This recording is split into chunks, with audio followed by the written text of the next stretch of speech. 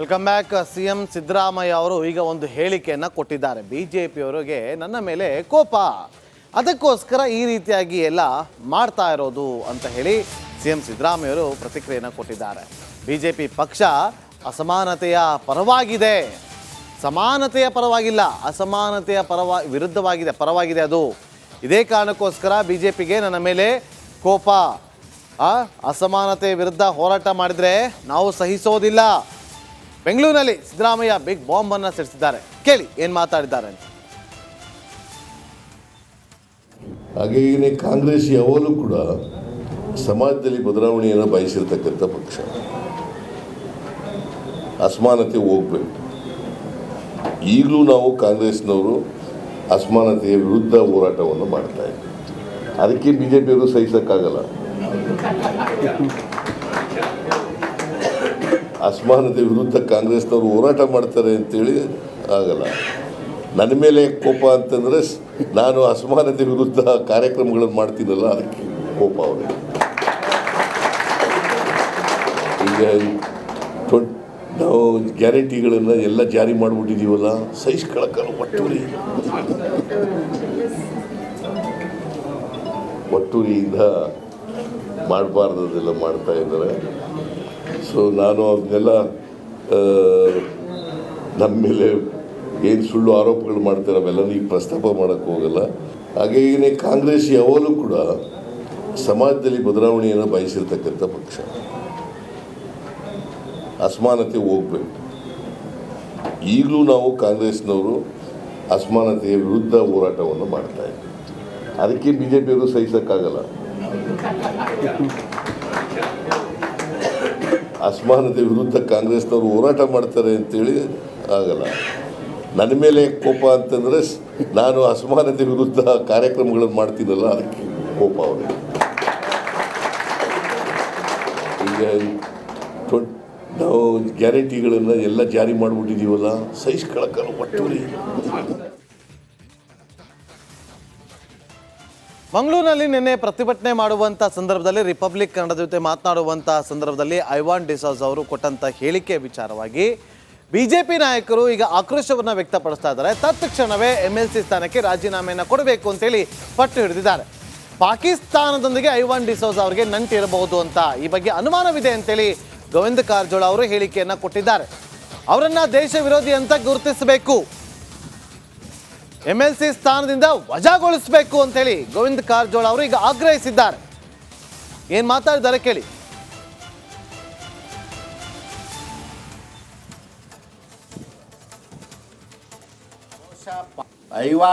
Ivan D'Souza ಅಂತಕ್ಕಂಥವ್ರು MLC ಅವರು.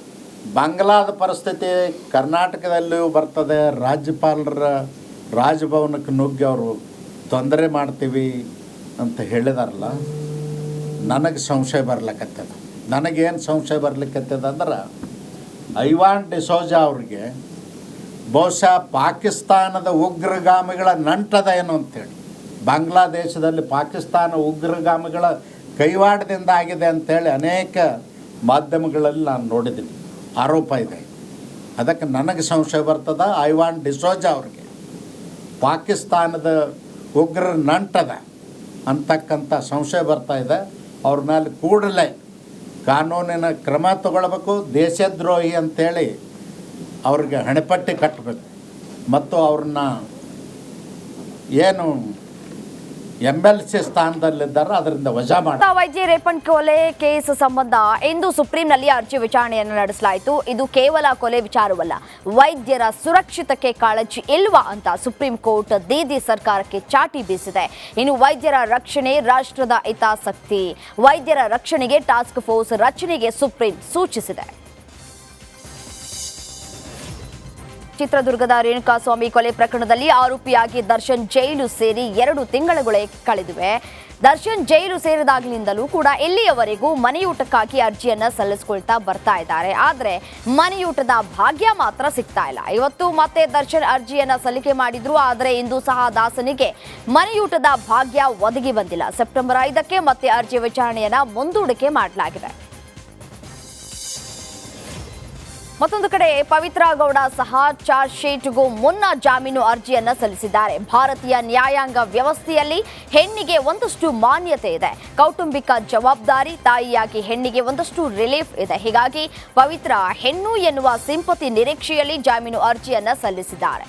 ಬಿದ್ದಿದೆ. ಕಾರ್ನಲ್ಲಿ ದಂಪತಿ ಮಗುವಿನ ಜೊತೆ ಬರ್ತಿದ್ದಾಗ ಪುಂಡ ಕಾರನ್ನ ಅಡ್ಡಗಟ್ಟಿದ್ದಾನೆ. ಬಳಿಕ ಕಾರಿನ ಡೋರ್ ಓಪನ್ ಮಾಡೋದಕ್ಕೆ ಹೇಳಿದ್ದಾನೆ. ಮಗು ಇದೆ ಅಂತ ಹೇಳಿದ್ರೂ ಕೇಳದೆ ಕಾರಿನ ಗಾಜಿನ ಮೇಲೆ ಕಲ್ಲನ್ನ ಎಸೆದು ಅಟ್ಟಹಾಸ ಮೆರೆದಿದ್ದಾನೆ. ಗ್ಲಾಸ್ ಒಡಿತಾ ಇದ್ದಂತೆ ಕಾರಿನ ಒಳಗಿದ್ದ ಮಗು ಚೀರಾಡಿದೆ.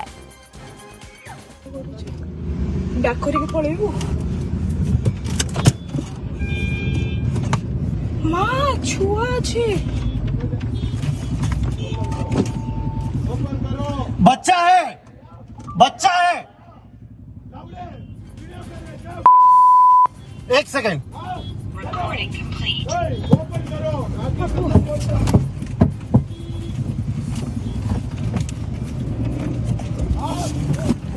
Papu, aste pola. Aste pola.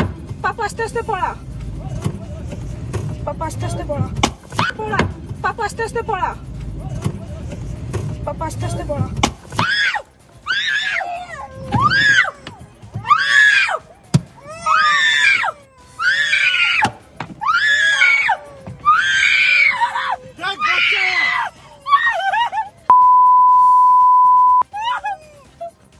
बच्चा है अंदर।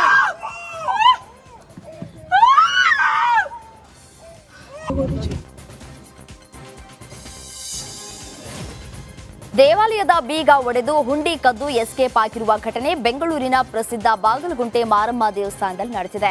ಇಂದು ಬೆಳಗಿನ ಜಾವ 3:30 ಸುಮಾರಿಗೆ ಈ ಘಟನೆ ನಡೆದಿದ್ದು, ದೇವಾಲಯದ 2 ಹುಂಡಿಯಲ್ಲಿದ್ದ 20 ಲಕ್ಷಕ್ಕೂ ಹೆಚ್ಚು ಹಣ ಕಳ್ಳತನವಾಗಿದೆ. ಅರ್ಚಕ ಮಹೇಂದ್ರ ಪೂಜೆಗೆ ಬಂದಾಗ ಘಟನೆ ಬೆಳಕಿಗೆ ಬಂದಿದ್ದು, ದೇವಾಲಯಕ್ಕೆ ಸೂಕ್ತ ಭದ್ರತೆ ಕಲ್ಪಿಸದ ತಹಶೀಲ್ದಾರ್ ವಿರುದ್ಧ ಗ್ರಾಮಸ್ಥರು ಆಕ್ರೋಶವನ್ನು ವ್ಯಕ್ತಪಡಿಸ್ತಾ ಇದ್ದಾರೆ.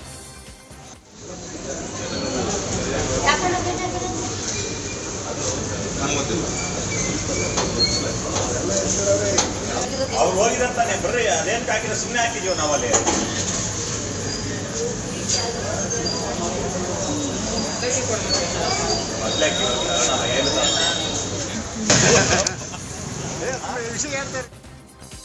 HD ಕೋಟೆ ಪಟ್ಟಣ ಸರ್ಕಾರಿ ಶಾಲೆಯಲ್ಲಿ ಸರ್ಕಾರ ನೀಡಿದ್ದ ಹಾಲಿನ ಪುಡಿ ಪ್ಯಾಕೆಟ್ಗಳನ್ನು ಮುಖ್ಯ ಶಿಕ್ಷಕ ಕದ್ದೊಯ್ಯುವಾಗ ರೆಡ್ ಹ್ಯಾಂಡ್ ಆಗಿ ಸಿಕ್ಕಿಬಿದ್ದಿದ್ದಾನೆ.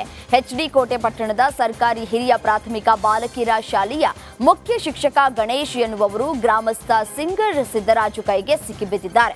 ತಾಲೂಕು ಕ್ಷೇತ್ರ ಶಿಕ್ಷಣಾಧಿಕಾರಿಗಳಿಗೆ ಮಾಹಿತಿ ನೀಡಿ ಕಾನೂನು ಕ್ರಮವನ್ನ ಕೈಗೊಳ್ಳುವುದಾಗಿ ಅಧಿಕಾರಿಗಳು ಭರವಸೆಯನ್ನ ನೀಡಿದ್ದಾರೆ. ತೆಗೀರಿ, ಅದು ಓಪನ್ ಮಾಡ್ರಿ, ಡಿಕ್ಕಿ ಓಪನ್ ಮಾಡ್ರಿ. 3 ಅಂತ ಹೇಳಿ ಬನ್ನಿ, ಲೆಕ್ಕ ಮಾಡಿ.